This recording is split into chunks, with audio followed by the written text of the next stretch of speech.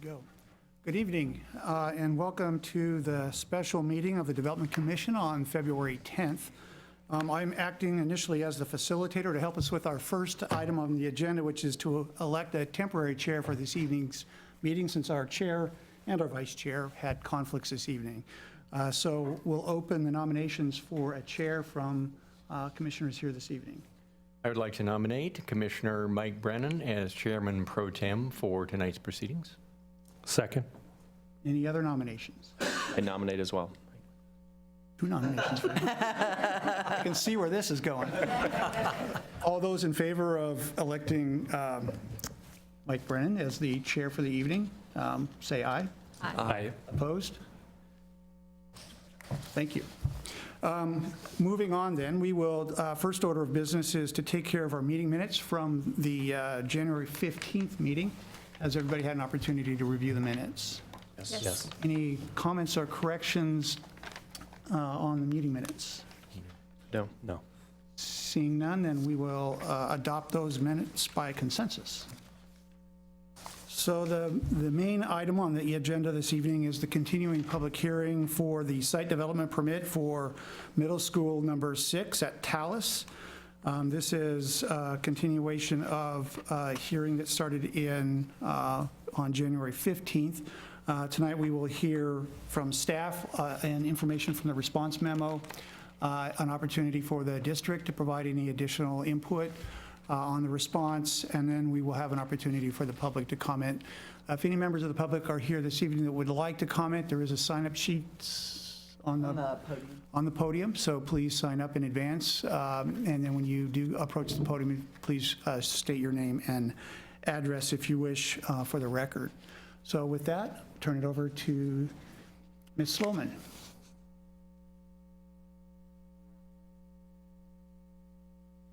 I'm a manager. I'm going to start with our quasi-judicial examination. As this is a quasi-judicial permit, we need to have proceedings which both are fair and appear fair. That means we use both procedural due process and substantive due process. Procedural due process means we follow a certain process and we focus on decision makers' relationship with the applicant. Substantive due process means we base our decisions on adopted regulations. If you would read through the questions on your monitors, and then I'll ask you for your responses in a moment.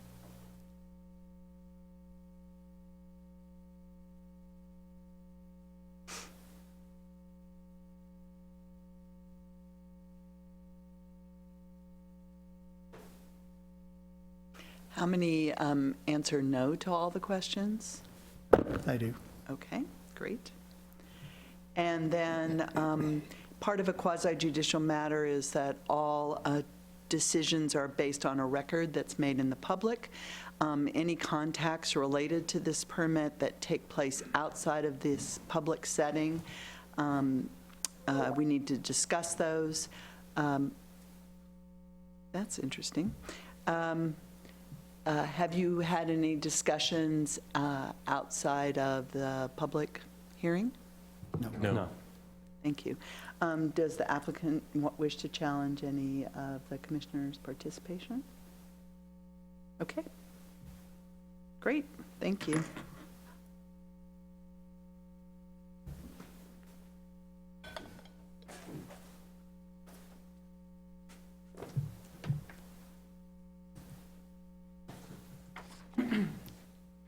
Good evening. I'm Katie Cody, planning consultant with the City of Issaquah. I will be joined shortly by a member from the applicant's team, and we have a presentation to go through in response to the questions and comments brought up at the first Development Commission meeting. Just to refresh everyone's memory, we've undergone a public process. This is a level 3 quasi-judicial permit. We last met in January at the January 15th public hearing, the first portion. Tonight's February 10th, the second portion. Oh, I also wanted to mention that SEPA has been issued on this permit, and that the mitigated determination of non-significance was included in your packet, and the school district is the SEPA lead for this, so they'll address SEPA as part of this presentation. So just to remind everyone of the vicinity of the project, this is a undeveloped site at the Talus community. It's located on Talus Drive off of SR 900.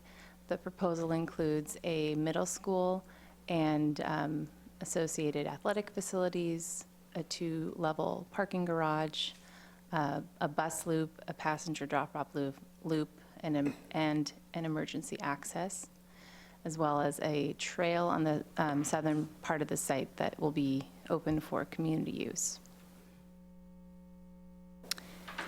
I'm going to turn it over to the school district to address SEPA. Thank you. My name's Rebecca Bayback with Integris Architecture. I'm going to walk through a couple items in tandem here. So the SEPA decision was issued. There were some proposed mitigation conditions that align with conditions of the site development permit, and they include categories around erosion and sediment control, air quality, stormwater, plants and animals, noise, lighting, and transportation. Regarding noise, Issaquah School District proposes a revision to condition number 30, Part C, to align with the SEPA conditions 4 and 5 under noise. This was not included in the briefing response memo. And what it includes is prohibiting the installation of permanent speakers and allowing portable speakers and bullhorns for school operations. For example, fire drills and track meets. And it would be school-sponsored events only. Any third-party or community users would be prohibited from using portable speakers or bullhorns, and it would be signed appropriately to note this prohibition. So I wanted to point out that this revision this is a revision to a site development permit condition, and this was not included in the briefing response memo, so this is the first time you'll be hearing about it. So if you do agree with this revised condition, we would need to make that part of any eventual motion for approval, just to highlight that procedural step.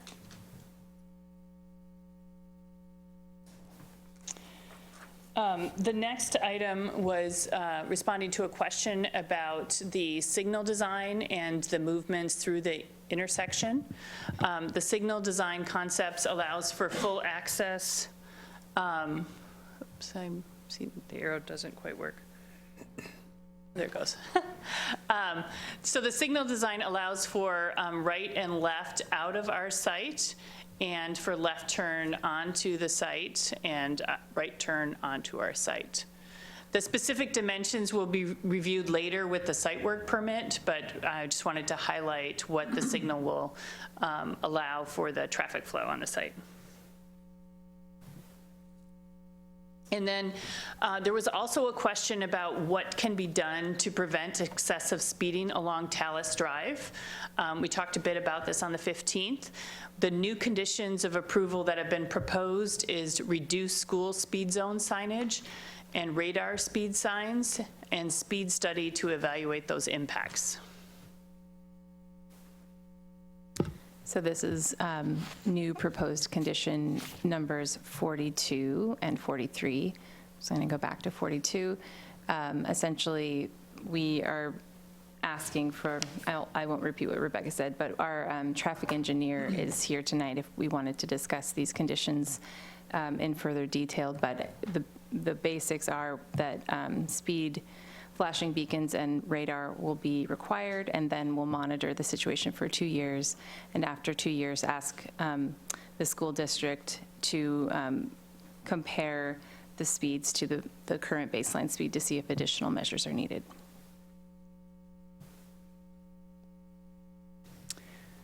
Other question that was asked was about the entry to the bus loop work and how the sidewalk, and whether the sidewalk would be at a constant grade. Yes, it will be, and specific details will be reviewed with our site work permit. So there's no change to the proposed approved conditions, and the bus loop can meet the proposed condition number 12.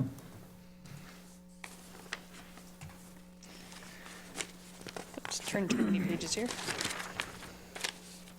And then there was a question about whether Falcon Way could be widened with 11-foot lanes. A limited portion of the travel lanes between Talus Drive and the bus loop entrance will be widened through an administrative adjustment of standards issued on the 31st of January. And you can highlight the conclusion there. That's okay. Okay. That's enough. Okay, great. And then their other question was, what are the impacts of this project on the intersection? What is the expected delay or change in level of service? The traffic impact analysis found that the project would add some peak hour delay, but would not change the overall level of service. The intersection operation will be monitored by approval condition number 1. And again, our traffic engineer is here if we want to get into more detail on that.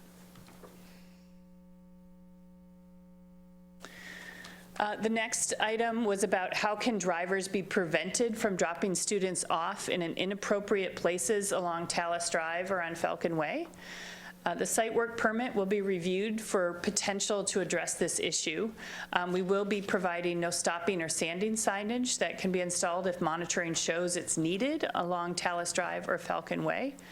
And then there's a revised condition that notes that additionally, the STP was based on the modeled performance of the school for the number of aspects, including traffic LOS, traffic operations of the access control, on-site queuing and stacking, on-site parking quantities as indicated by an on and off-street parking, as well as stopping and standing on surrounding streets, on and off-site special event parking procedures, and off-site queuing on Talus Drive. The next question was, would the drivers be able to make a U-turn at the internal road to avoid having to drive the whole loop?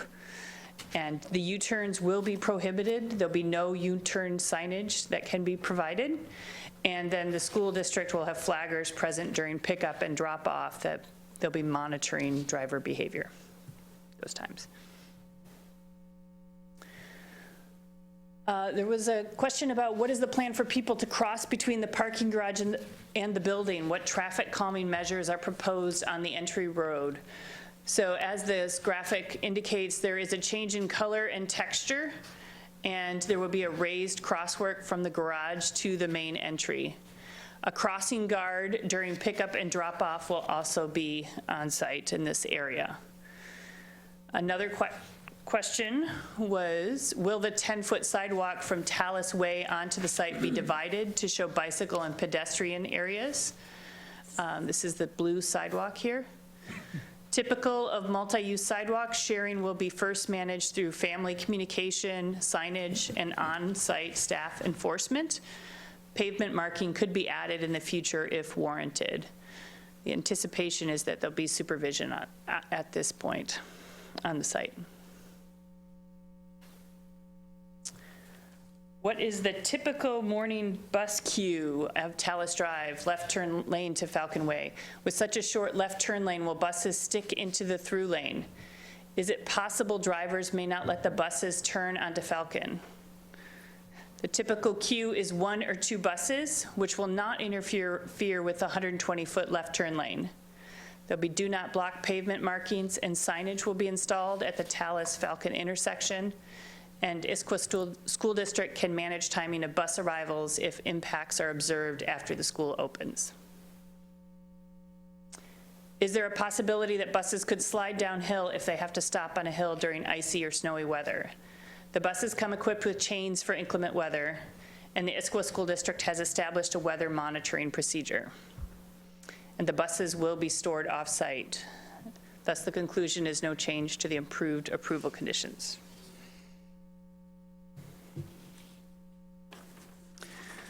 How does the site plan encourage use of school buses rather than private cars? What can Issaquah School District do to encourage bus ridership? Separation of bus loop from vehicular traffic. So we've got them on different levels. Pedestrian bridge leads directly from the covered shelter to the school building. And the service to Talus beyond the standard 1-mile radius. So typically, students that were within 1-mile radius would need to walk, but for this school, on this site, we will be providing bus service to Talus. And there will be incentives for students who ride the bus. There was a question about, can we provide more information about the proportion of bus ridership anticipated for students coming from Talus? The district shall maintain bus service to the Talus neighborhood to serve the approximately 10% of students coming from that community. That's our best understanding of the population. Thus, there's no change to the proposed approval conditions. Emergency and weather concerns. What is the building evacuation plan? So the yellow highlight across the elevation of the building indicates where the third floor is, which is directly accessible off of the entry drive area. So even though it's a 5-story building, you're going 2 stories. There's my mouse. There's 2 stories above that yellow line and then 2 stories below. So we basically set the building into the grade to allow for ease of evacuation. The Issaquah School District is also developing evacuation routes with Eastside Fire and Rescue. Question on how would we be transporting students to SR 900 work during inclement weather? How and where will students be transported to and from school during snow and icy conditions? ISD has several schools located on hills and has established a monitoring policy for inclement weather. Thus, there's no change to the proposed approval conditions.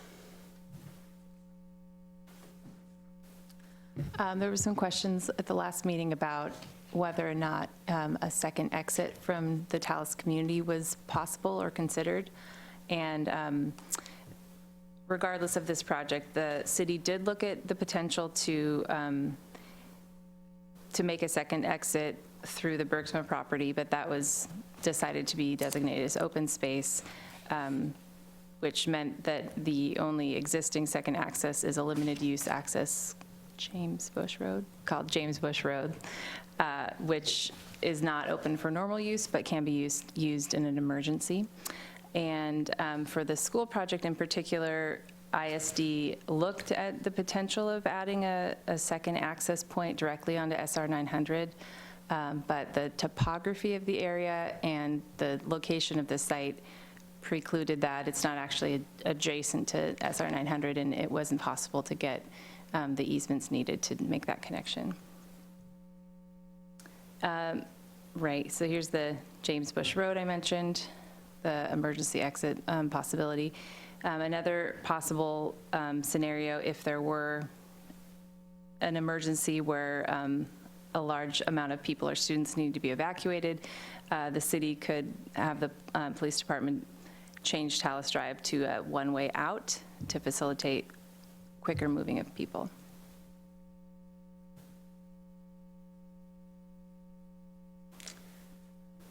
Provide additional information on the strategies ISD will use to manage events where parking is insufficient to meet demand. How will negative impacts to neighboring streets be avoided? So the drivers will be required to request a parking pass for events with potential for parking overspill. There'll be up to 162 on-site passes that may be issued. All others will be issued off-site passes with designated shuttle service to the school site. Additional strategies are under consideration. So there's no change to the proposed approval conditions. Which other schools have used shuttle service and how has it worked for them? Can parking be allowed on the field? Most ISD schools have used an occasional shuttle service with success, and parking on the field was considered, but it was deemed infeasible.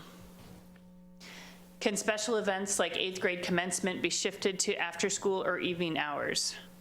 Potentially. Each year, the school community decides what time to hold the 8th grade commencement.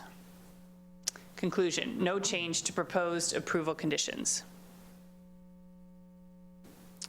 Special event parking strategies. How and when can the parking along the bus and passenger loops be used for event parking? During evenings and weekends outside of school operating hours, they'll be able to use that area. So just to remind everyone, the yellow box are the temporary spaces that we're talking about. Conclusion, no change to proposed approval conditions as referenced in condition number 7.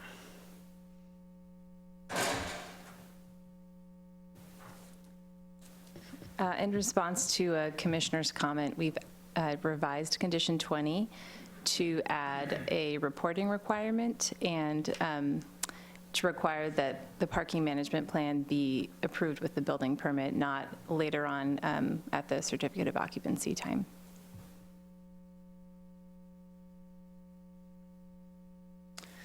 How will students be prevented from throwing things off of the pedestrian bridge? When students cross the bridge during wet or icy conditions, how will their safety be ensured? Will it be covered? If it isn't covered, would the slope cause problems? Provide more information about the bridge. So the bridge that we're talking about, just to make sure everybody's looking in the same place, will be reviewed for ADA compliance during construction permit review. The bridge will be treated like other sidewalks on the school site, including de-icing, walking surfaces, and a camera will monitor activities on the bridge. There is a covered bus shelter at this end of the bridge that the school will have the ability to secure access onto the bridge. Is it considered a sky bridge per CIDDS standards? So the central standards do have a definition for sky bridge, and they also have a definition for a pedestrian bridge. And when we read both of those, it was pretty clear that this is a pedestrian bridge, not a sky bridge. And pedestrian bridge is defined as an open-air structure that potentially could incorporate weather protection at least one level above the street. Pedestrian bridges function as an aerial crosswalk. So although weather protection could be incorporated, it's not required of a pedestrian bridge, and the standards for a sky bridge don't apply here.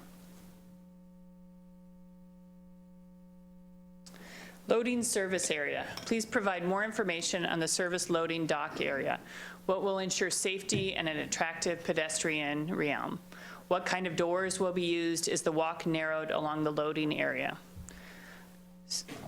I'm getting my arrow here. Okay. A roll-up door, rolling gate, or similar will be added to enclose the service area along the sidewalk. The sidewalk will be differentiated from the service yard paving all along this edge here. So that's what that striping indicates. And the sidewalk is 6 feet wide. It does not narrow in this area, so it's the same width here as it continues around to the entry plaza. Screening is added to the north wall to provide visibility. And you'll see that when we look at the building design.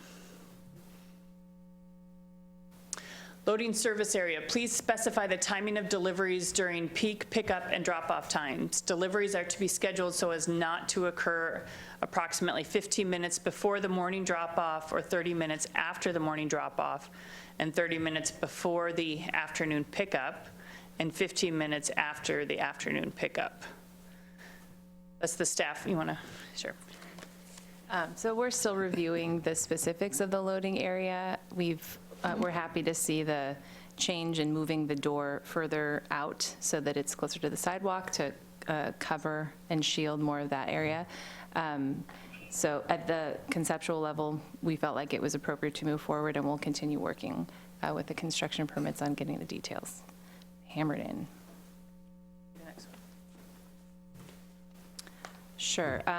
So just again, to reiterate the difference in roles between the Architectural Review Committee at Talus and the City and the Development Commission in reviewing the building design. The ARC, it's their purview to review anything having to do with aesthetics, materials choices, colors, building styles, and site features such as fences and railings, as well as landscaping. And specifically, one of the commissioners asked about whose purview roof modulation and walls or building walls and roof lines would be, and the ARC has the authority to request changes or approve roof lines and shapes of walls. The city would look at structural considerations for the walls and wall height, as well as wall screening, and whereas the ARC can select a specific design approach, the city still has the overall approval for the building, the structural design and the building permit, the building code elements. Next part's you. weather protection? So how much weather protection will be provided at the entries to the school? Will bicycle parking be covered? So there'll be a large canopy protecting the entrance to the school building, and there'll be covered waiting area near the entrance. Bicycle parking will be located in the 2-story parking garage, and it will be fully covered. So there's no change to the proposed approval conditions. So we're asked a few questions about building design. Given the prominent position at the entrance to the Talus community, how will the school enhance the gateway? So as we remember, the fountain is kind of hard to see, but it's off to the left here. And so we've got 4 images that show in the winter time, so the trees are not foliated, just showing how the evergreens evolve over time. So here's before the planting installation, and our middle school is off to the right here. And then we have our anticipated expression of that planting at 1 year. And then what is that planting going to look like at 5 years? And then at 10. And then thinking about the experience along Talus Drive, again, in the wintertime, just showing what that, before the planting installation begins. You can see the planting at 1 year, and then 5 years in, and then approximately what it'll look like at 10 years. The cars never change. Next item we wanted to follow up on was what could the blank wall treatment, what would that look like? The blank wall that we're talking about on the northeast elevation was identified with this gray area right here within this red box. We looked at a proposal adding some windows and some of the wood-like paneling along in between those windows, extending the gray siding, and then we're also looking at an evolution of that idea of having that gray siding, but actually bringing the light gray siding around, which is our current proposal for that blank wall treatment. Just to show you our evolution of thinking. The other blank wall treatment that we were looking at opportunities for was actually just below that covered, or sorry, not the covered walkway. We've got our covered bus shelter here and our pedestrian bridge, and then the wall that was screening the area where the dumpsters and the service trucks might be parked. And so what we're proposing is to add some metal mesh screening and reducing the height of that wall to break down the expression of that blank wall. And the last blank wall I wanted to touch on was the concrete wall just below the doors coming out of the gymnasium to the field area. It's identified within this red square. And we're proposing an opportunity for some wall treatment there. Once the school is named, I can see it being the school name, not just Issaquah.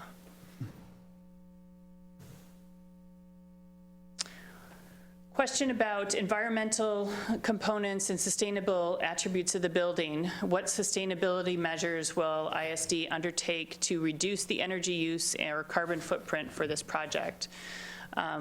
We are required to be compliant with the Washington Sustainable Schools Protocol.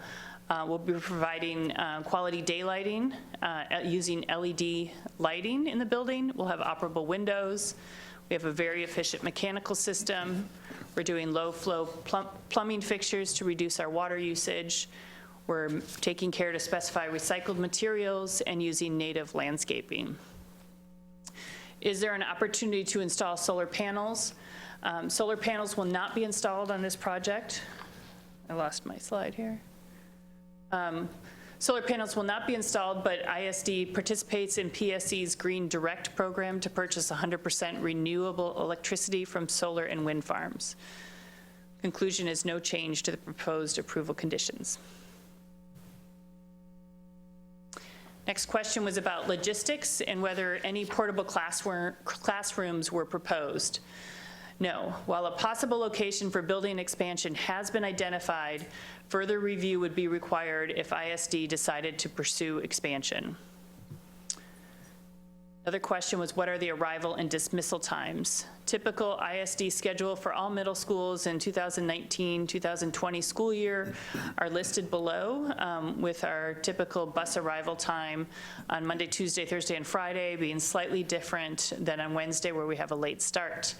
The start times at 8:10 and 10:20 respectively, and dismissal at 2:35 and 3:30. Buses are typically on the road shortly after, around 2:42 and 3:37. How and when can the public use the track and field area? So the field will be fenced and gated. The neighborhood residents can request a key card access for using the site during daylit, non-school hours when there are not other activities scheduled. The track and field can also be rented out, in which case renters have precedence over other users. Conclusion is no change to the proposed approval conditions. Please provide more information on the long-term landscape maintenance plan. ISD employs full-time maintenance staff. There's a 2-year plant establishment service that'll come with the new building, and they'll work with the community to meet their expectations. Will the island or the pork chop entry be landscaped? Which I realize the term maybe not everybody knew, but it's this area right here. Yes, with review by the city and the ARC, plantings will work within site distance limitations. And there is no change to the proposed approval conditions. What is the roof treatment of the garage? What is the vertical side treatment? Will headlights be addressed? So we will have landscape planters and architectural trellis on the rooftop. The perimeter of the parking garage will be heavily landscaped, and the vertical side treatment is masonry and metal screening. Headlights will be concealed with an opaque barrier. The conclusion was additional materials appear to demonstrate compliance with screening requirements, and compliance with regulations will be reviewed with our construction permits. Lighting. Please provide additional information on potential impacts of the track and field lighting to off-site properties. Areas above or level with the field are unlikely to experience glare. Lights and their visors will be adjusted if areas below the field experience glare. Lights can be dimmed to 25% during community events. So there's a couple diagrams that speak to that.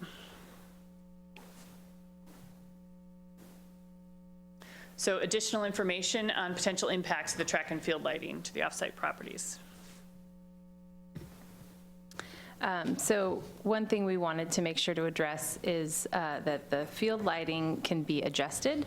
And so we are proposing a new condition that that the city and the school district will work together to make sure that when the lights are installed, that any adjustments that are needed to prevent impacts to drivers will be made after installation based on a work with one of the installer's representatives.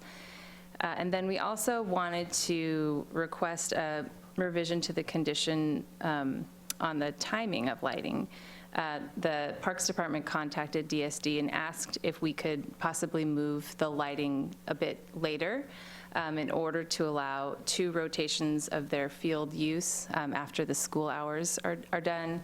So their typical blocks of time, I think, are about 2 hours. So pushing it back to 9:15 would allow 2 different users to use the field back-to-back on a given night.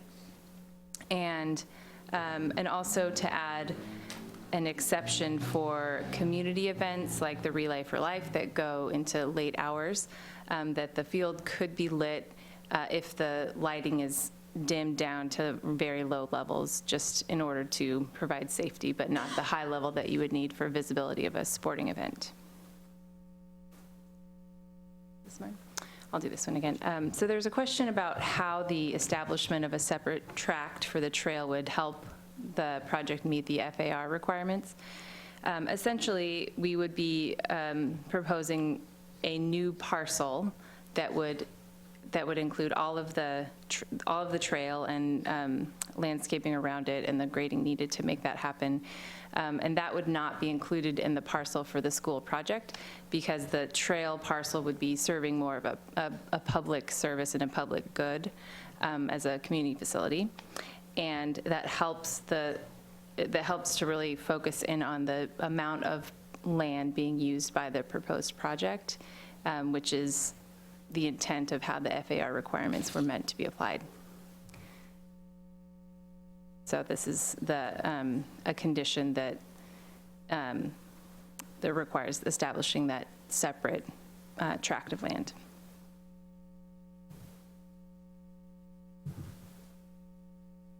There was a question about why is the trail connection from the community trail into the site through the loop rather than along the edge?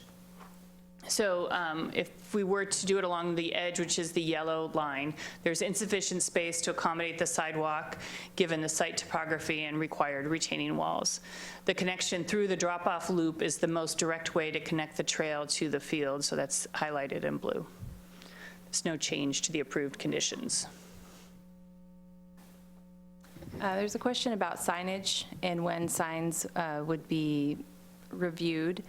Signage is typically done toward the end of the permitting for a project, and it'll be regulated from the Central Standards Chapter 9, and there will be separate sign permits that the applicant will request from the city.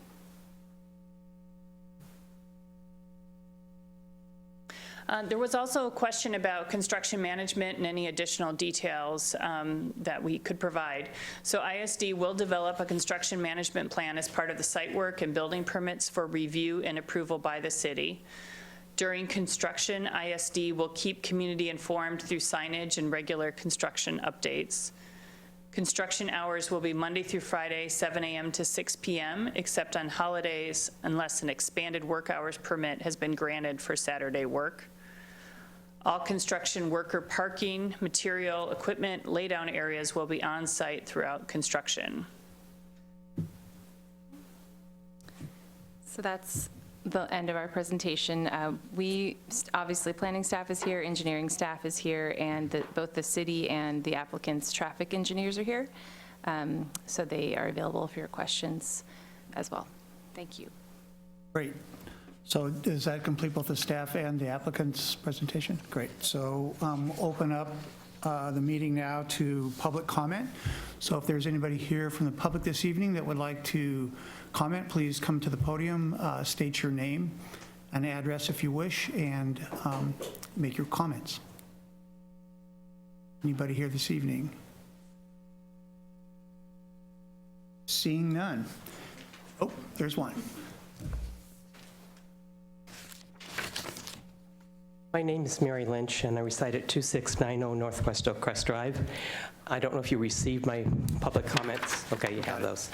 I'd be glad to address any of those specifically. I won't go over them, but I am a little bit concerned about some of the statements made tonight as a blanket statement, and would like to see some conditions, as I said in my public comments, put on some of those conditions. Also concerned about the unload and loading of the buses and the fact that it's stated that the buses will be staggering in. I don't really see how that's physically possible, given traffic and everything else, to stagger buses in to a site. But then even that being so said, I don't see how the math adds up on having the 2 rows of buses in there to unload while you still have buses coming in, and having buses coming in and going out in the same close proximity of 33 feet, I think, is not doable when you figure the size of a bus. And I gave you the dimensions on the buses there. Thank you. Thank you. Any other comments this evening? Seeing none, then we'll close the public comment portion of the meeting. Open the meeting now to commissioners. Any questions that you have for the applicant or staff? Yes, Mr. Chairman, I was pleased to see the new proposed conditions 42 and 43 regarding speed on Talus Drive. That's great. I think those are effective measures to deal with that. I do have 2 issues with this project. The first has to do with the loading and service area. Last meeting, I believe you may recall that Commissioner Morgan observed that usually when proposals come before us, that area is toward the rear of the building. And SIDS in 11.5 also prefers areas of that kind to be in the rear of the building. It looks as though now we have a new single roll-up door proposed to shelter that area, and there are questions about that both structurally and in terms of how trucks are going to turn in that area. As well, on the north side wall, it sounds as though that wall has been opened and some screening added there, and it looks as though neither the screening nor the visibility for the drivers really is optimum. So my feeling is looks kind of like still a work in progress. I guess my question is that early in the design of this site, and I guess this is for the architect, was the southeast corner of the building considered for this facility? The access would be through the emergency/service road to that. And if that was considered, why wasn't that chosen as an option?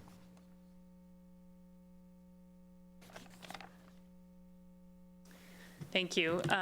Yeah, we looked at a variety of ways to service this building. And as we're looking at locating service area, not only are we looking at getting trucks in safely to service the building and trash out, but we're also looking at what are the safe pathways for them on a regular basis to be coming and going on the site. In looking at this side of the building, because the students will be flowing on a regular basis from the gymnasium out to the track, we're very limited in the areas for service. So if we look at the size of this service area, and as we keep in mind the turning radiuses that are required for the truck, there is not space for that in this portion of the site. But it was considered, it was just not feasible. So that is on level 3 of the building, correct? The service area? The service area is at level 3, yes. Yeah. And it comes. If I look at the plan on level 3 there, I think there's an area back in that building, it's called the platform.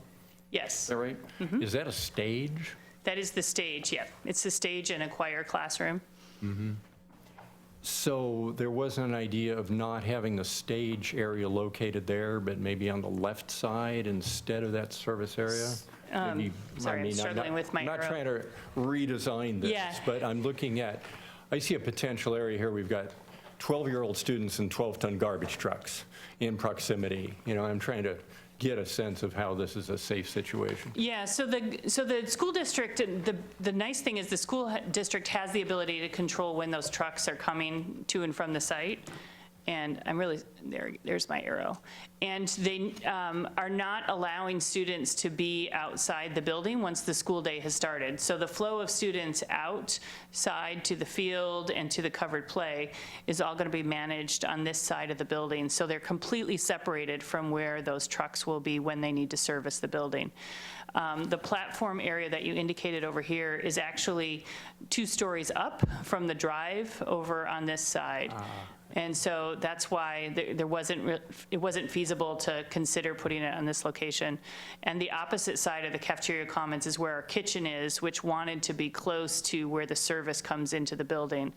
So in trying to address the needs to service the kitchen as well as getting the trash out of the building, we really were limited on options on where that could be. Okay, so that emergency/service drive is really on a lower level? Yes, it is a lower level. It's actually lower than the gymnasium, which is underneath the cafeteria commons. Okay, and I noticed that the time for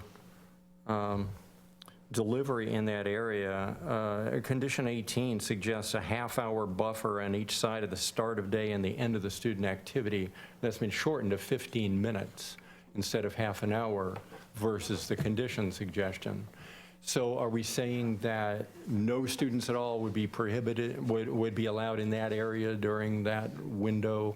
Yeah, in other words, condition 18 is suggesting half an hour before drop-off time, correct?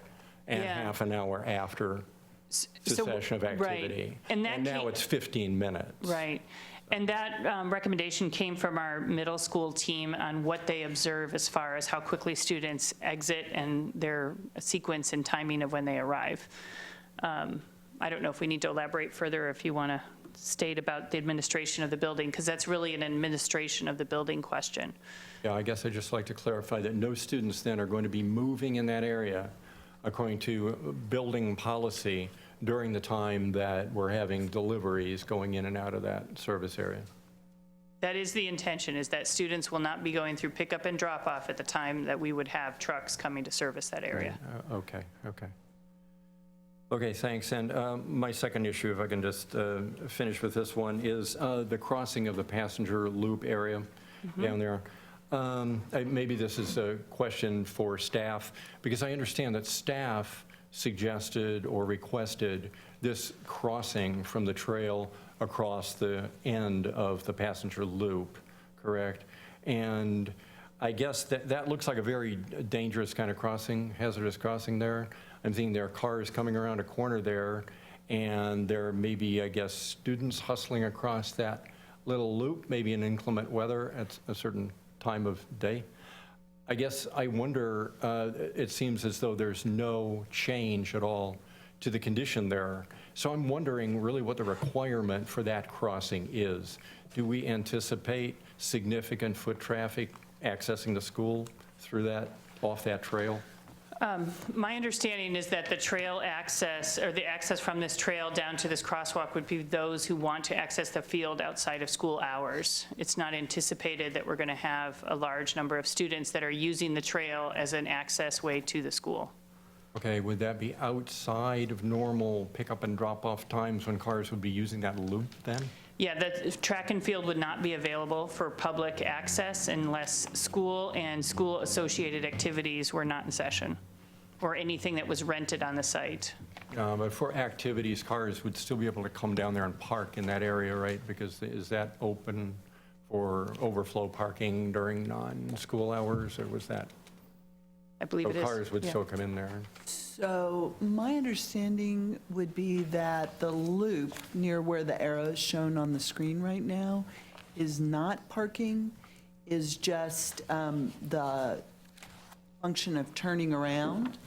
I think that the, right, so the striped stalls where the arrow is right now, there would be parking there, but not around the actual loop. Right. Cars would still be coming in there to access those spaces, so. Yes, and so I think it would be necessary, as we review the actual landscape plan, to look at good sight lines. Some of those trees may not, Sorry.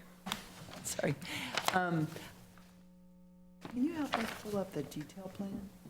I'm just not sure of that loop and the pedestrian Oh, yeah. crossing. Yeah, Thanks. just the one we made. Just because I think it'll be easier if we can see it more zoomed in. So toward the top. It's down.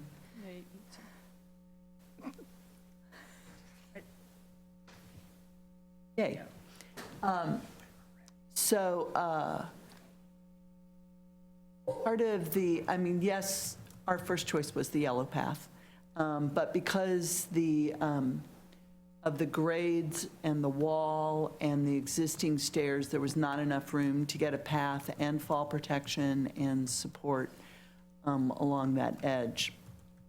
The turquoise path or blue path is at right angles, and we will ensure that the sight lines from a car entering the loop are clear for seeing anyone who's crossing.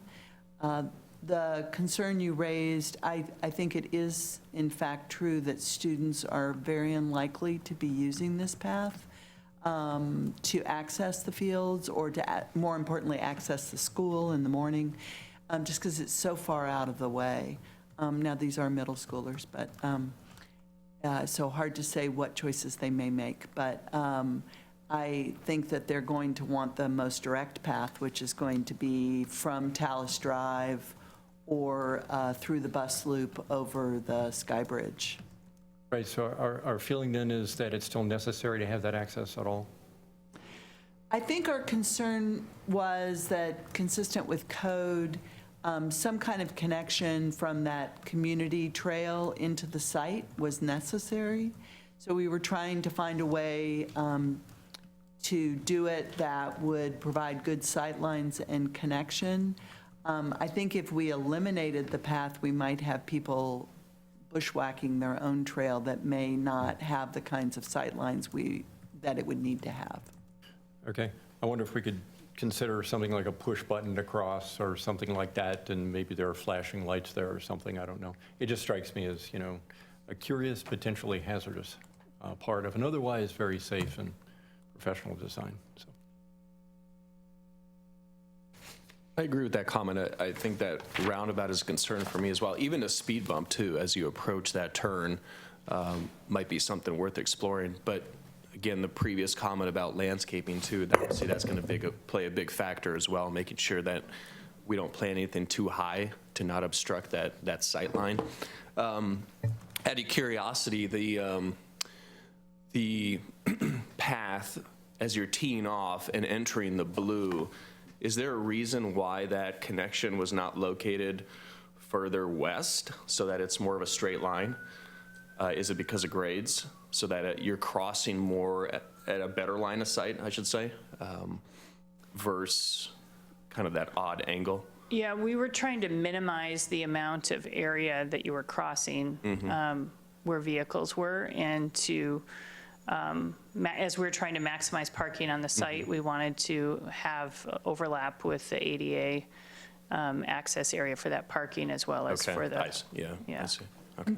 Typically, you like those things at right angles. I mean, partly, I think, for the point that Rebecca makes, that it's shorter. I don't know if our engineers want to speak.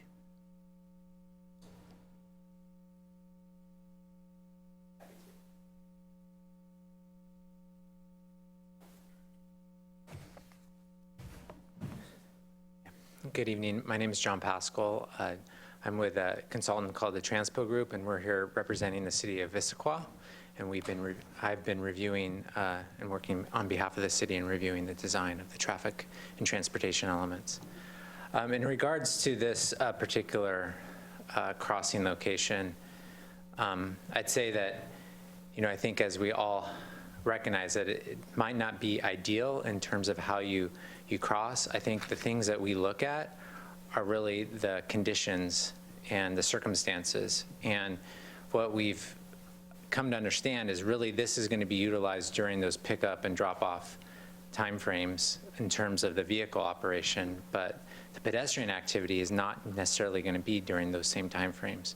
And furthermore, we want to avoid introducing facilities and elements that might contradict or not be consistent with the design of it. So, adding things such as flashers and other more proactive warning devices, we want to be very careful about that. We want to make sure that those types of things are introduced in areas where they really are warranted and needed. We don't want to we don't want to get into this situation where it's an expectation that every time there is a crosswalk or something that those type of things are needed. So that's I think from a city perspective, we just want to be consistent in how we're going about recommending different types of pedestrian crossing devices. Thank you. No, I appreciate the clarification. There are other questions from commissioners. Back to a question for the applicant, back to that loading area. Can you please clarify what kind of trucks will be going through that? Are we talking trash, like cafeteria delivery? Are we talking shorter trucks, not the lawn trailer trucks through that area for the deliveries? Yeah, I might need your help in telling me the exact size of the trucks, but there will be trash trucks that were tested, food delivery vehicles. Obviously, at the beginning of the school year, there tends to be more paper products delivered, but that tends to be when we're loading the building before students are on site. Maybe Tom can elaborate. Tom Mullins with the school district. Mainly be trash trucks, garbage trucks, and district box vans. That it won't be tractor trailers. I don't think tractor trailers would want to get caught in that site, and they'll be warned, they'll be signed. Yeah, okay, thank you. Go ahead. Just a question about, back to the design of the loading dock area. You said you're adding some additional kind of mesh to the wall condition. Is that transparent or open, or is it still a solid condition to contain odors and et cetera?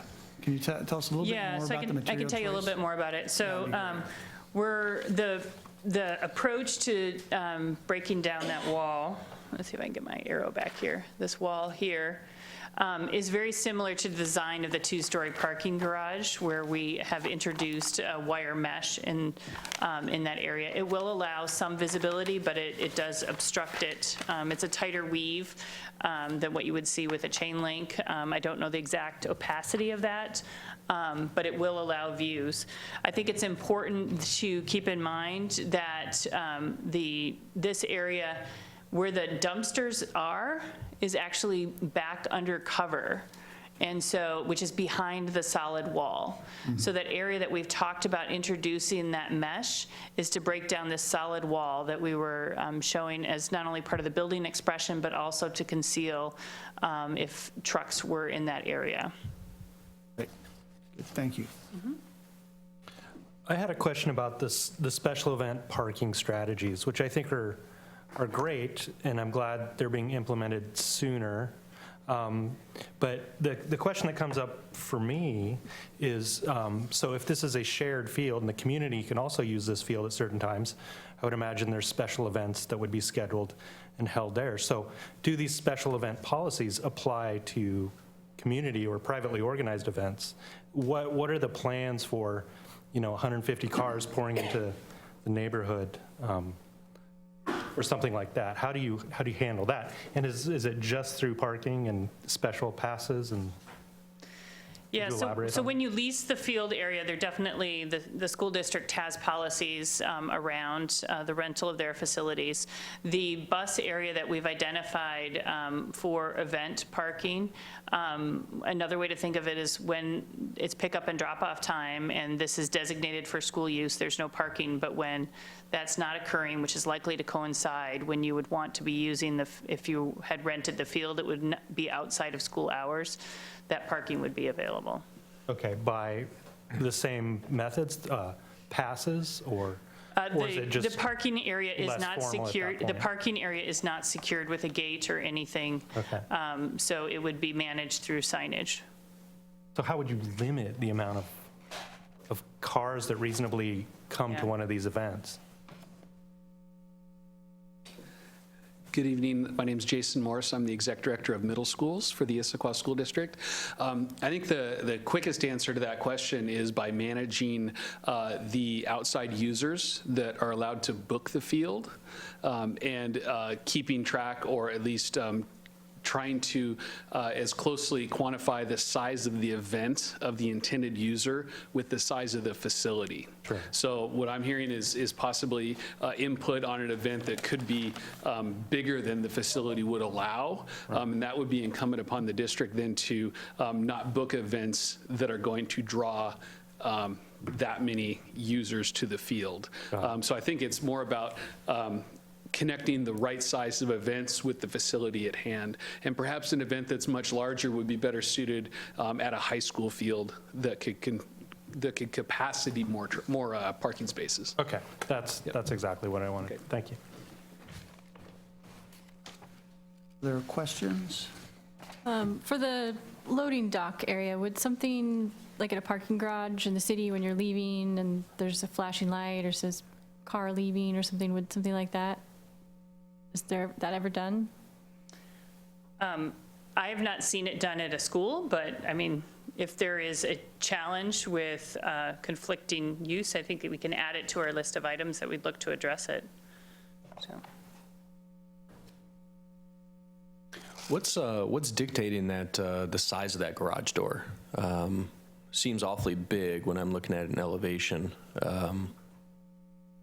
Any Yeah, so we the want reasoning to for make that? sure that we can service the trucks and the loading that needs to occur in that area. And so in order for them to be able to maneuver for the different functions, so there'll be dumpsters, there'll be recycling, and they'll be next to each other. And so they need to get to the appropriate area, and there's a loading dock.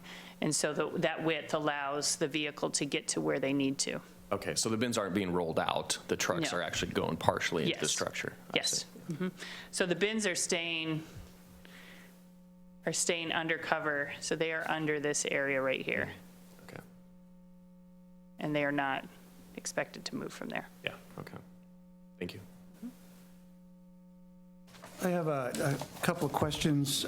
First, related to the lighting of the field and the change in the hours.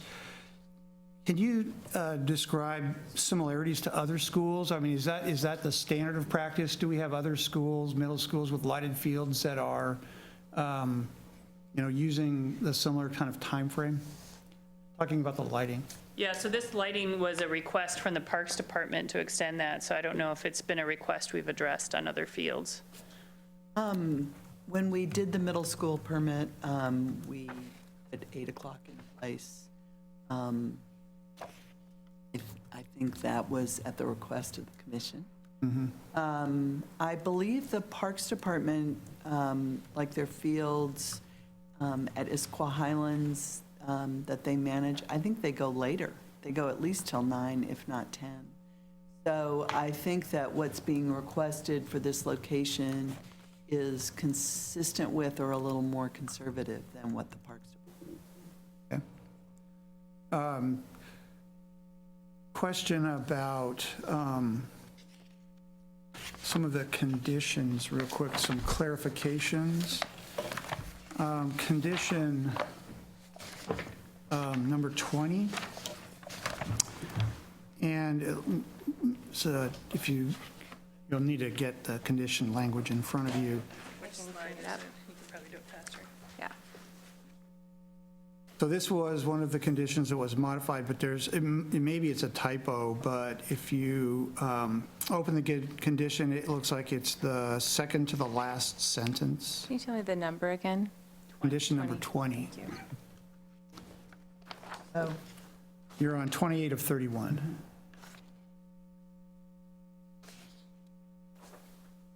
So where it starts as ongoing,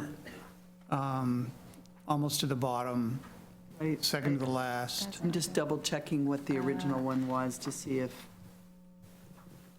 Yeah, see, right where the cursor is Yeah. now, I don't know, you'll need to help me understand what the wording is there. I'm not sure what that meaning Yeah. is. So what the original condition said, so I can't read both at the same time. So what it originally said was, as an ongoing condition of operation, Okay, comma, the school will be required to use. okay, so a word was dropped, condition. The condition became Yeah. S. We can change that. I thought just meant. Okay, so a condition of operation, okay, great. So that's just a typo, something. Well, it dropped. just was So a I just, job of copying. yeah, so I just want to make sure that language was straight in the record. Also, a similar, on condition 33,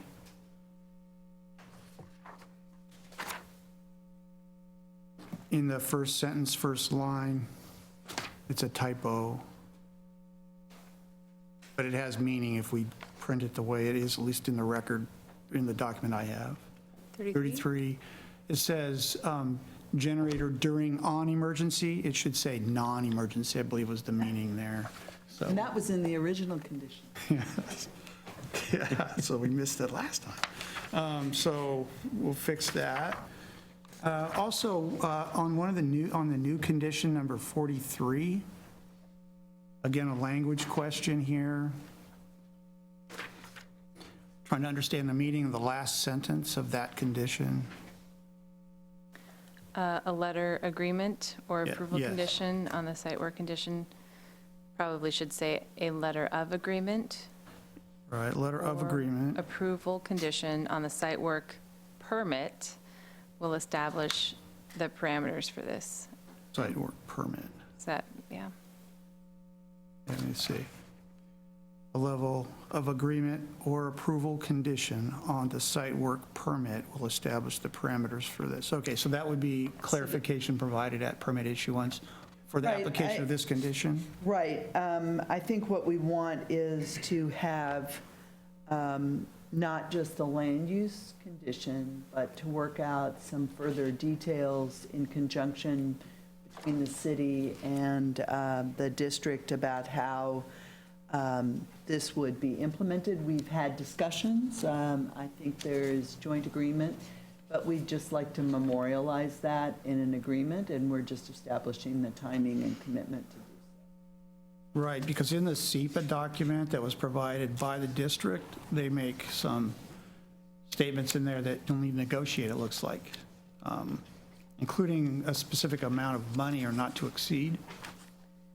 Yes,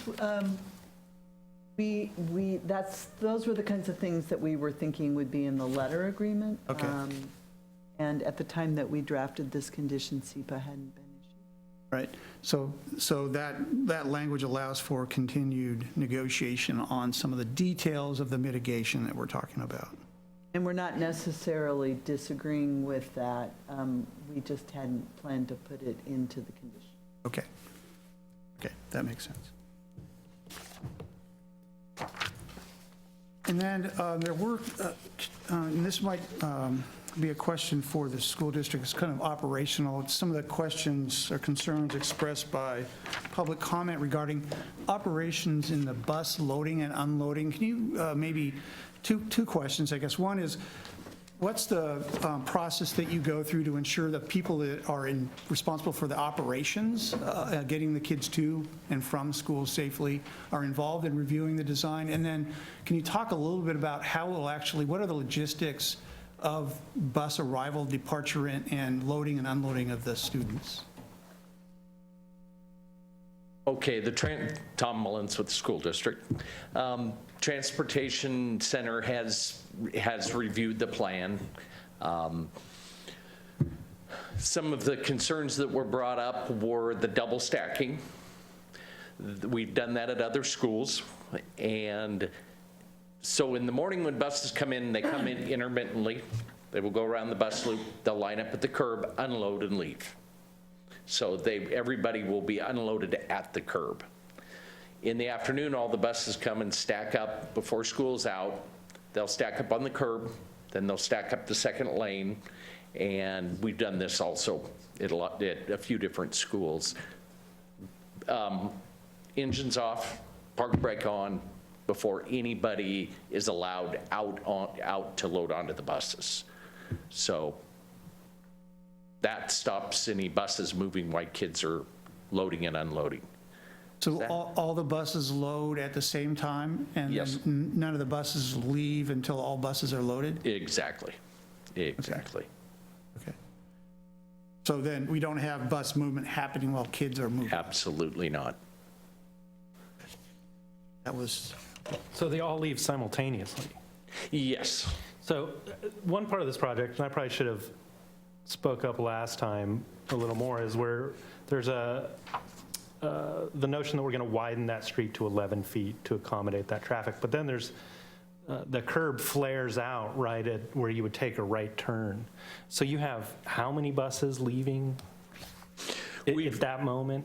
We've designed the site for 18. Okay. With the student population, we're figuring it's going to be something less than that.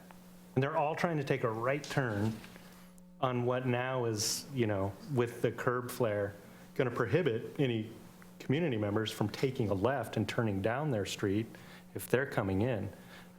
It just seems like a point where a lot of congestion will occur. So when you say when the buses are leaving, they'll come out of the drive, take a right onto Falcon. Right, and I'm saying right onto Talus seems like the issue to me. And then they'll take a right onto Talus. Yeah. And who would be in your concern of the conflict is Say where? I live on this street and I'm coming down up Talus and I want to take a left onto Falcon. Yeah. And I've got 18 buses stacked up there. But you're going to be on opposite sides of the road. You're going to be going southbound. They'll be going northbound. You'll just take, Yeah, no, they're not all going out in unison, side by side. They're going out single file. Okay.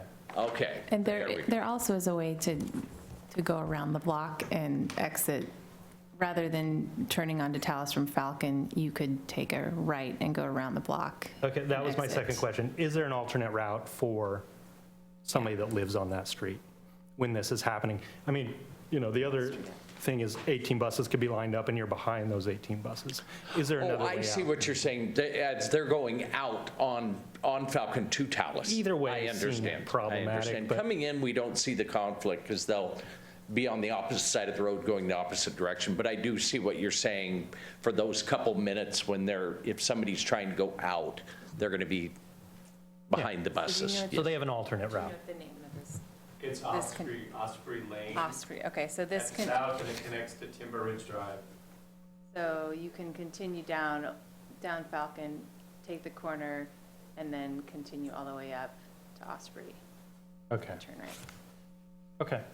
It still seems like it'll be heavily congested at times, but it seems like you guys have studied it well. And Yeah, and there's whenever we have buses, a mass of buses leaving at the same time, there is those couple minutes, it is congested. We have Maywood Middle School, there's 24 buses leaving at the same time, same drive, single drive out to a single arterial, 2-lane arterial, and some go left, some go right, but It works. it takes you a minute. they all get Yeah, there. yeah. All right.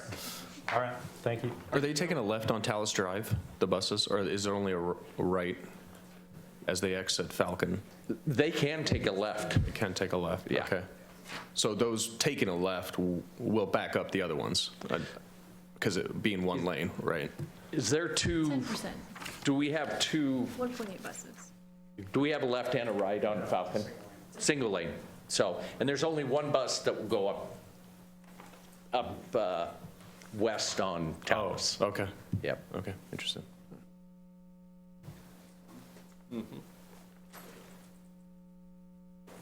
Other comments? Jason Or West with this questions?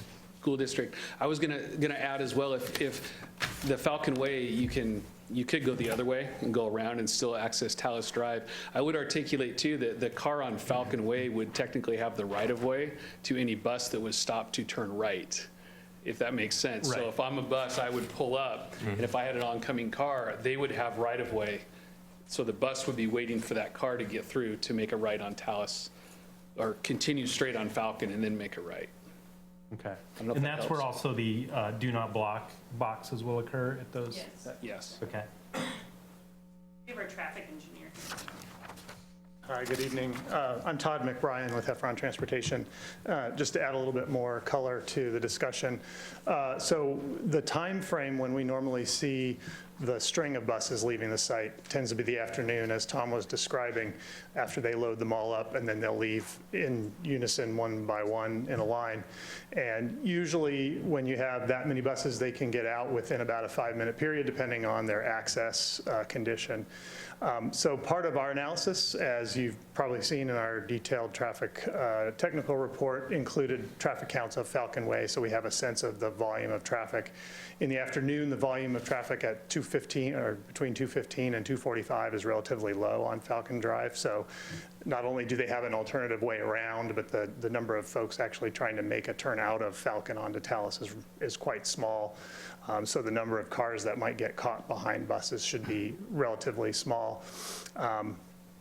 For the morning timeframe, part of our analysis also included multiple counts and observations of Pacific Cascade Middle School, where we could observe the number of buses arriving. We observed that site because it was similar in size and had what we expect to be a similar bus transportation level. They transport about 74% of their population by bus, and we expect this to be at least that high given its location. And what we see for the buses arriving in the morning is that they might arrive 2, 3 to 4 every 5 minutes at a time. So unlike in the afternoon when you might have 18 buses all leaving at once, in the morning, because they're all coming from different routes throughout the area, they're arriving at different times throughout that first 20 minutes as they're getting in. So you might see 5 or 6 arrive in a 5-minute period, but that's why we expect, in general, those queues to be relatively small for entering the site. And then getting out in the afternoon, the volumes on both Talus and Falcon are expected to be lower. So even with those buses in the morning taking a left onto Falcon Way, and you've got all the commuters pouring off of that hill, Right. how are they reasonably going to get through all that? Well, again, With no traffic there, because the traffic is downstream, or the light is downstream from the that. light is downstream. It's not so far downstream that we wouldn't expect some queuing to get to the Falcon intersection, which is why we've And that's where they do it. recommended for the, don't block the box section and extra signage to keep folks from blocking that.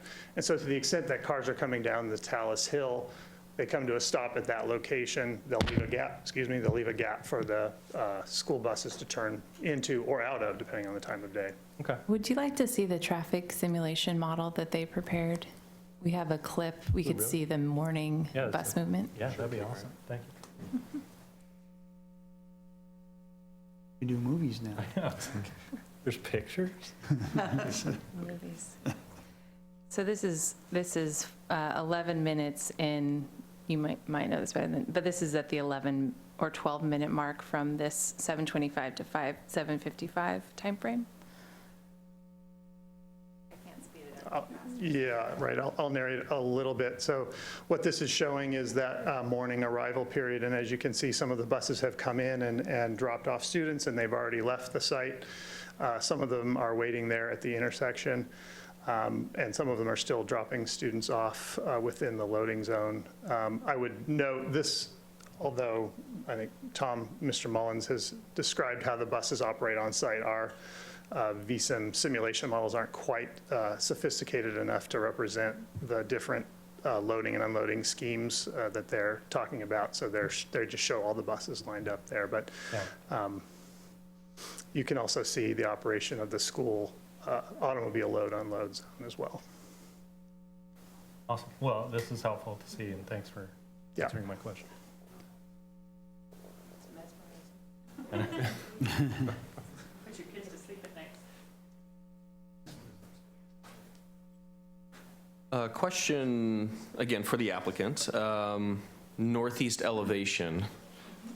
There was, in my packet, I received the original and then the proposed, but if I recall correctly during the presentation, there were 2 options being explored for that? There was a third option. Or a third option? Yeah. Okay, so what's the preferred, or is, The third option. can you show me that third option again, please?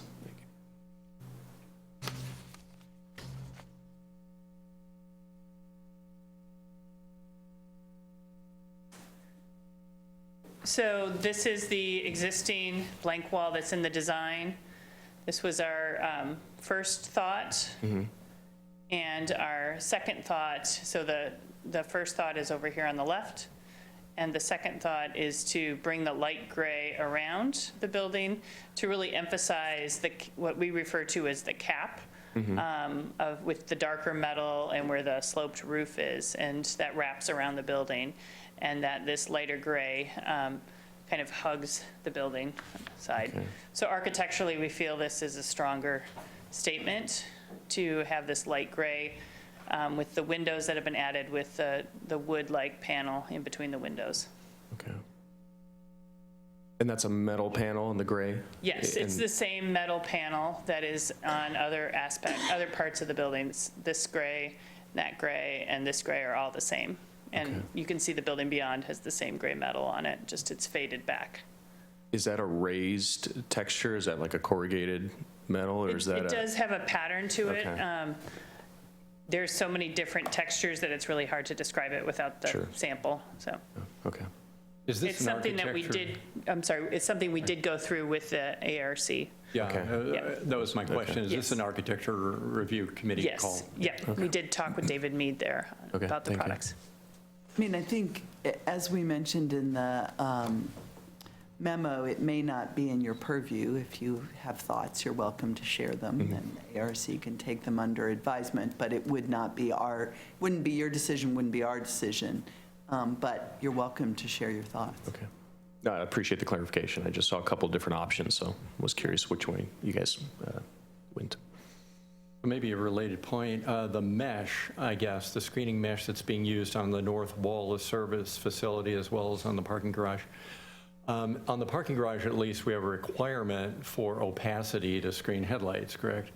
So how is that mesh working to, or what capability do we have in the garage to completely make headlights screened opaquely, but as well permit visibility through that same material on the north wall of the service area? I'm just going to pull up the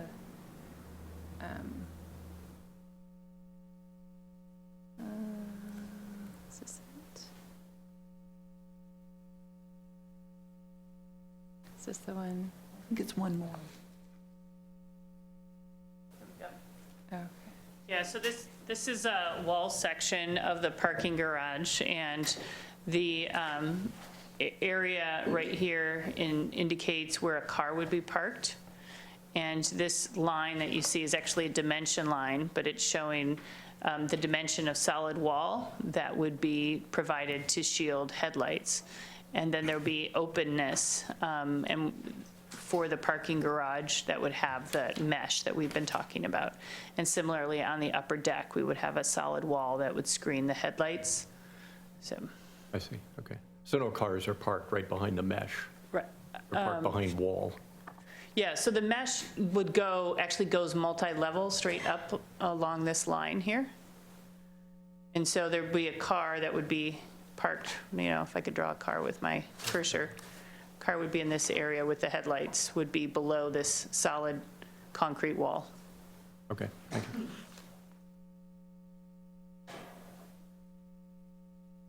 And it looks like you're not really seeing that concrete wall in the elevation, right, because of that Right. mesh? Because of the mesh, yep. And then the mesh goes up higher to provide safety. Mm-hmm.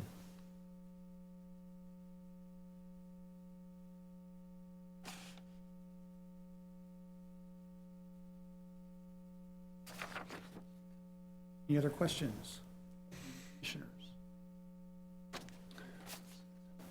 We ready for a motion? One point, we just wanted to get direction from the commissioner was that the applicant has asked for a condition to be modified beyond our excellent editor's catches. It was related to noise and a modification to condition 30. It's up on your screen. And I don't think the city has a recommendation one way or the other. And so, but this was a request of the applicant after the memo was issued. What's been allowed at other schools? Is there a decibel level or anything like that? That's a limit?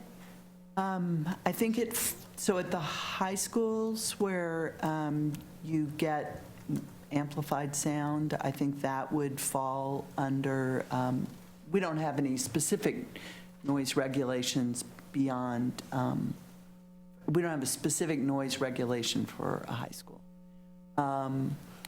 The middle school, again, there was a prohibition on all amplified sound, and I think that was, again, coming from the Development Commission. The district agreed to it. I think in thinking about it more under these circumstances, this was their request to you. And as we were talking about the examples that were shared, and you can elaborate further, was if there's fire drills and they're out on the field, they need to give direction to the students and the teachers about how to queue up, and then for track meets. Speak further. Absolutely. Jason Morse, again, Executive Director of Middle Schools with the Issaquah School District. So really the intention here would be during our mandatory safety and evacuation drills. It is very common for all of our middle schools at this point in time to use typically a bullhorn, simply to address 800 students and staff to provide direction during attendance taking while we are in the field on an evacuation drill, or for that matter, in the case of an actual evacuation. If a fire alarm were to go out, it's intended more as a safety precaution to simply communicate with a large group of staff and students on the field. I would articulate that under my knowledge now, currently none of our middle schools have a amplified built-in speaker system that would be, as an example, playing music at a sporting event or something like that.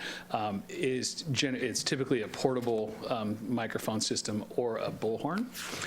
There is one other time that a portable system would be likely used for our middle school, and that would be during a track meet, simply to, if you've been to a track meet, to announce when competitors should report to a starting line. So for example, it would be used to announce so the students on the field could hear, as an example, all 100-meter dash runners, please report to the start line. Now, I would like to just emphasize that currently we have 5 middle schools in our school district, and we only compete within our own district. So we would have 6 middle schools at the time of this school being opened. We typically divide home and away meets evenly, so the likelihood of a home track meet would be 2 or 3 times from the end of April to the start of June. So over that 4 to 5 week period of May, probably 2, maybe 3 home track meets would take place. Those track meets would typically take place between approximately 3 p.m. and 6 p.m. So it's not going to be late into the night or into the hours. And those are really the 2 times where, just in the interest of transparency, that would be pretty standard safety practice to be able to address our students, and also to manage the egress from the building and from the field back to the building.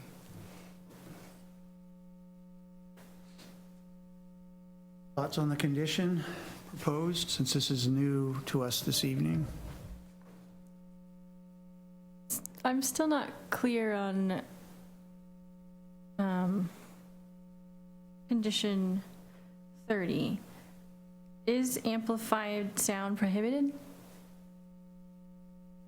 So amplified sound from permanent speakers would be prohibited. But portable speakers and bullhorns would be allowed only by the school, using it for emergency drills and track meets. For this condition, but I guess the original staff report said use of amplified sound shall be prohibited. Right. So where did that come from? It was intended to match the condition that the Development Commission put on Issaquah Middle School for their field.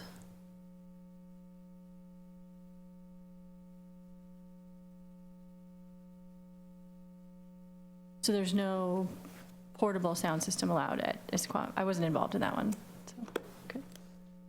So just a little history on that one. So we had a neighborhood similar to this in close proximity to Issaquah Middle School, and obviously they're very concerned about when lighting was added to the field, late evening events, more concerned about noise from those events, and there was a conversation about amplified sound that resulted in the condition, either this or similar to this condition, that prohibited amplified sound at that field.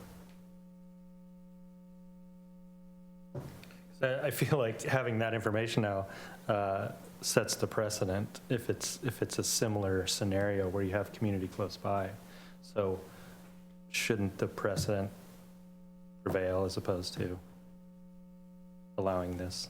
Because it isn't now the option that the other middle school could want amplified sound at times because this school does. So with that in mind, I don't know, what do you guys think? Other thoughts?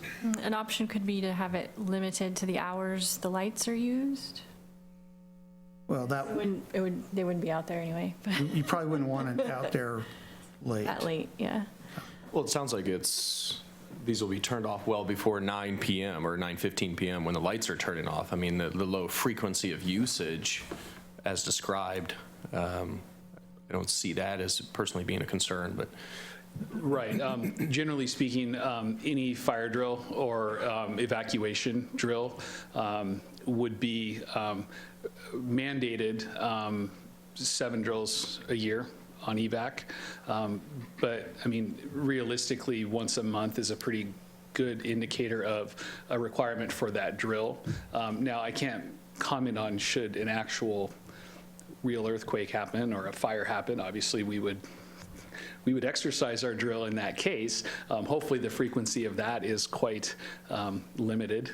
What does the Issaquah Middle School do for drills of that sort? My understanding, they evac as well. But for sound? For sound, I was under the impression that they would use a bullhorn in that case. And do they have similar facilities, similar play field? Issaquah Middle School, as we speak, has, actually would have more because I believe they have a baseball field. Is that true on their site? They have a baseball field, but they also have the track and the turf field. And the Talus Middle School would have the track and turf field, but no baseball field. I think the thing that I would add is I think all bets are off in an actual emergency. So I think this is probably about more the scheduled events. Just for your consideration. I would articulate that it's quite likely that the fire and aid response would have a louder siren system than a principal out there asking the 6th graders to please stay quiet during the drill. My name is Royce Norgate with Issaquah School District. I was part of the field lighting for the middle school. Part of the concern is as a community field, the amplified music was not supposed to be done. They've got signs on there for 8 o'clock. As far as for emergencies and that kind of stuff, that is no longer really a field as much as it is a gathering space to do that. So I'm sure that they're still using the bullhorn, but not for PE or anything like that.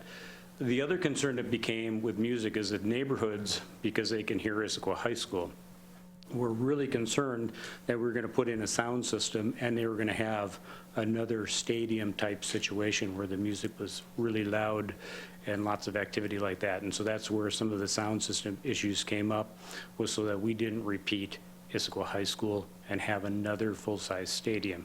So that's some of the background on why the limited amplified music. So just wanted to give you a heads up on that. Thank you. Yeah, I think that's an accurate statement of the conversation. I think it really was concern about permanent sound system being installed and becoming a much more active event. I guess my reaction to this one is obviously for emergency drills, et cetera, the use of a bullhorn is necessary to ensure the safety of the kids and the staff. The use of a hand bullhorn or portable speaker for the purpose of communication probably isn't too obtrusive. I think like any neighbor, if it becomes that, then you start hearing from them. But this is a fairly limited, fairly narrow condition, I think, as far as the use. I do think, though, I would narrow it even further, and it would just be for the purpose of communication. So bullhorn may be used for the purpose of communication for school operations and school-sponsored events, so that we don't have music, and there's no question about that. That's not allowed because things have a tendency to creep. But that's my opinion. I don't know that a limited use of a bullhorn for communication purposes for drills or for kid events on the field would be overly obtrusive. And we have a bit of an elevation or grade change out there to the neighborhood above, which helps a little bit too in this case. Yeah, there's a massive retaining wall, right? And I guess, who knows until it's in practice, but it seems like it might reverberate back and minimize the noise. And do we assume that the communication is always by school administration to the students in these events? Is that a safe assumption, or are there others?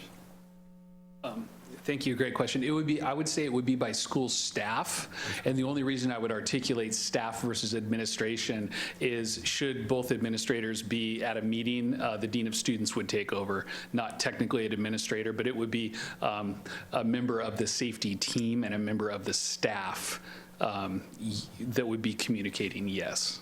Okay. So I wonder if we could add that to the condition. I've been that it would be editing as we communication go. by school staff. Yeah. I think that would be my edit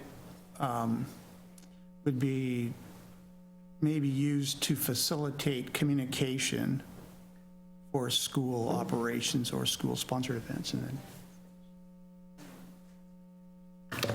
It's going to take me too long. Why don't you Yeah, you pull? say- So what I've edited, and she's going to pull it up while we're doing it, but I modified it so it says portable speakers or bullhorns may be used by school staff for the purpose of communication for school operations or at school-sponsored events. Maybe too many you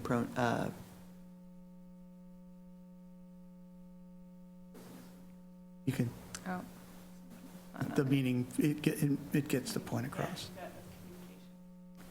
Besides the Issaquah Middle School, what happens at the other middle schools in the district for amplified sound?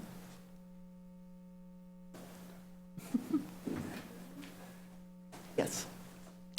The other 4 middle schools in the district, they would either use a portable bullhorn or as part of their safety procedure, they wheel out a small portable microphone with a sound device that's small enough to be portable during the event of a building evacuation. What about sporting events and things like that? Sporting events? Yeah.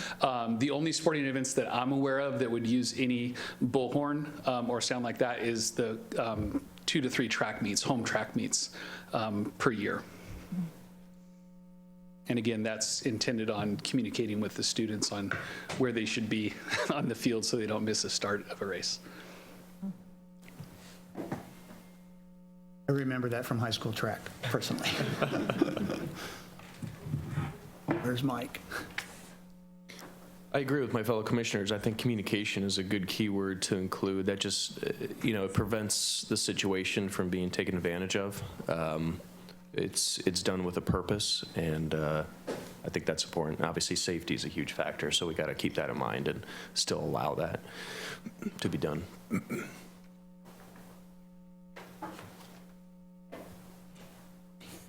Anything else? Questions for staff or the applicant?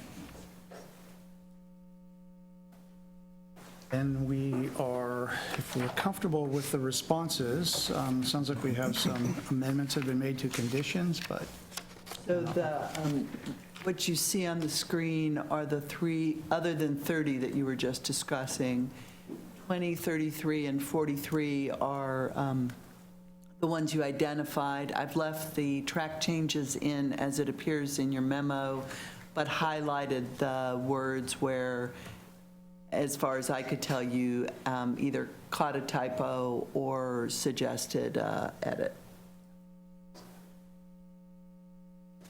good work. Keeping up. Good transcription. Yeah. letter of agreement.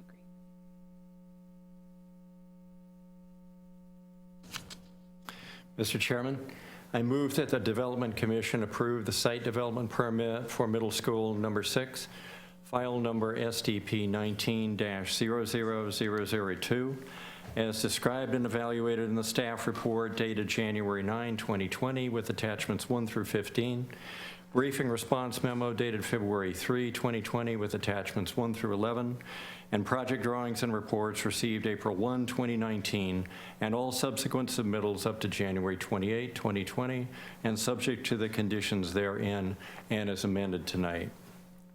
And I move that the Development Commission direct the Development Services Department to prepare. We can take them as separate motions. So we'll Okay. do the first one first, approval, and then we'll move to, Okay. yeah, take them as separate. So is there a second? I would second. Great, thanks for the motion. Any additional discussion or amendment? I want to make one suggestion, just based on the conversation that we had about the turnaround, the vehicle turnaround and the trail crossing. Might be good to add something that really emphasizes what you're talking about, and that was the notion of visibility between the pedestrians and vehicular and the drivers. And so I'm going to suggest some language here for an additional condition, number 46. I believe that number 46 is where we go.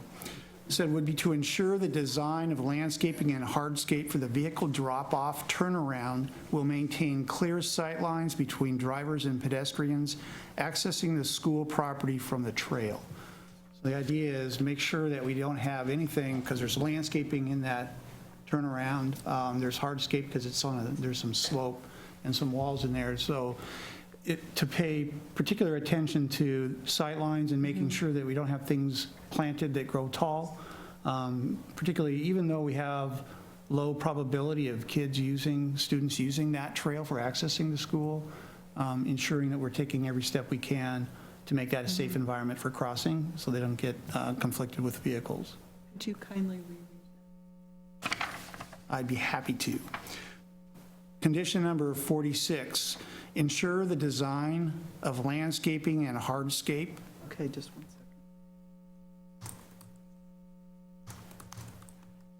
second. Okay. For the vehicle turnaround, or excuse me, for the vehicle drop-off turnaround, so it's the drop-off zone and the turnaround, will maintain clear sight lines between drivers and pedestrians accessing the school property from the trail.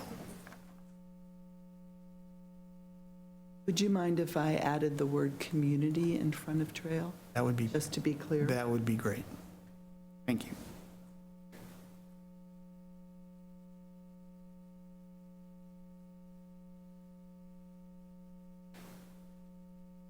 So I will move that as an amendment to the conditions on the motion. And is there a second? Second. Any comments, questions, additions, edits? Great. I'm glad we have some language around this. Thanks. So all in favor then of approving this as an additional condition, please say aye. Aye. Aye. Opposed? Okay, so we'll add that as a condition. Now we're back to the main motion. Any additional questions, conditions or amendments? Seeing none. All those in favor of the main motion, say aye. Aye. Opposed? And I move that the Development Commission direct the Development Services Department to prepare findings of fact and conclusions for review and approval by the Development Commission Chairman, affirming the Development Commission's decision to approve the Middle School Number 6 project, file number SDP-0002, subject to the conditions listed in the staff report dated January 9, 2020, with attachments 1 through 15, briefing response memo dated February 3, 2020, with attachments 1 through 11, and project drawings and reports received April 1, 2019, and all subsequent submittals up to January 28, 2020, and subject to the conditions therein and as amended tonight. Is there a second? Can I make a comment on that? Did you say attachments 1 through 11? Is that what I said? Well, it says 1 through 1. I know, I believe I said attachments 1 to 11. I Okay. did that on my copy. Okay. Clarify. Okay, is there a second? There's another comment. Do we say acting Development Commission chairperson? Absolutely. So we would put acting. Right. That comes to me. Right. It would be approval by the acting Development Commission Chairman. Is there a second? I second. There's a second. Any discussion? Seeing none, all in favor, say aye. Aye. Opposed? So unanimous.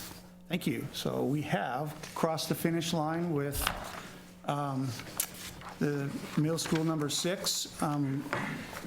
Just a quick comment on this. So this has been a challenging project. I know from everybody that's been involved, because this site is not an easy one. I do certainly appreciate, and the commission certainly appreciates the active involvement from the community on this. I know even outside the commission, the district and the city staff have been working with the community to get feedback, input, to help shape the design of this facility. I think it's going to be a great addition to the city's, or to the school district's facilities and to the community. So really appreciate all the great work from the whole team, both the city, the school district, and the community, and the commission. So nice work.